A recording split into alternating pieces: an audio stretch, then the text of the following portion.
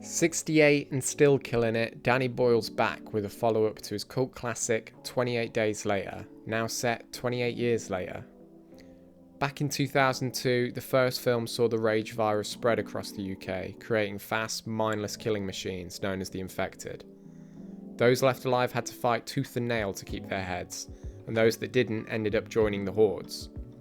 Now in 28 years later, the virus has mutated, and the people remaining are scattered across the country. This time it's set up north as we meet a village of survivors on Holy Island just off the coast, halfway between Edinburgh and Newcastle. On the island live Jamie, played by Aaron Taylor-Johnson, Isla, played by Jodie Comer, and their son Spike, played by Alfie Williams.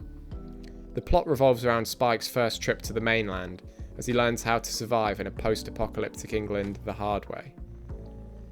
It's a horror film, but expect some action, drama, and coming of age thrown in for good measure.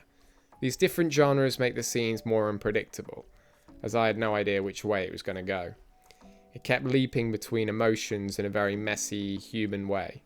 Most of the time it worked, zigzagging between drama and action, but at times it felt weird.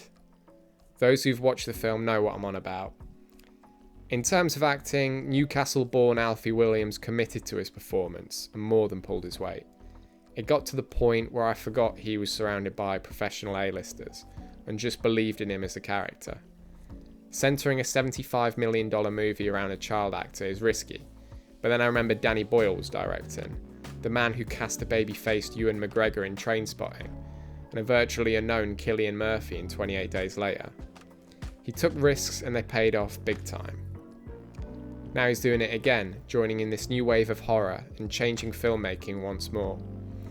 The rest of the cast are also fantastic, with Aaron Taylor-Johnson and Jodie Comer adapting to the Geordie accent so convincingly.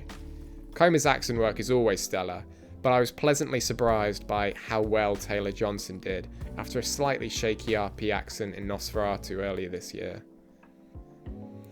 As always, Ralph Fiennes was pretty good as Dr. Kelson, although it didn't feel like much of a stretch for him.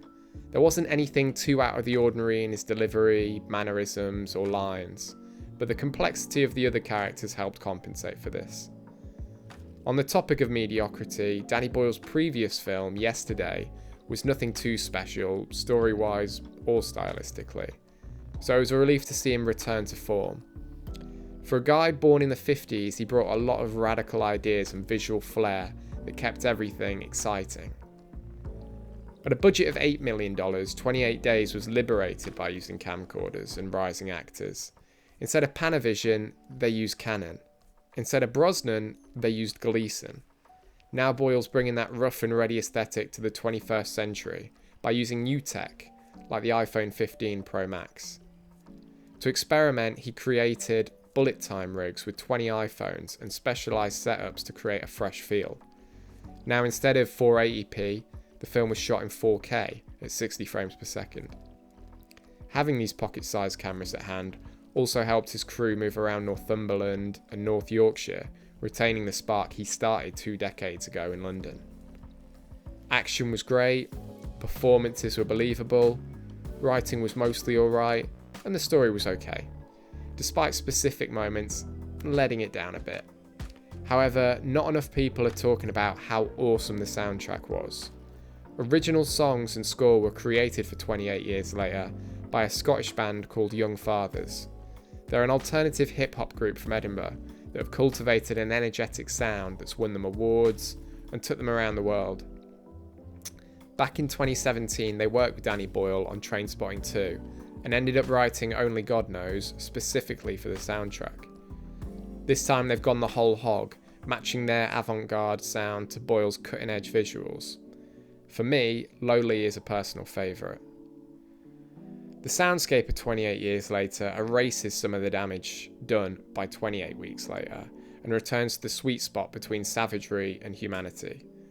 Although some bits feel shoehorned in, the tonal switches work nicely and keep you on your toes. Despite its meandering and oddness, the film does its job, and for me it's a 7 out of 10. If you have any thoughts on 28 Years Later, feel free to share them in the comments. Thanks for sticking around. I've been Never Hold Back, and I'll see you in the next one.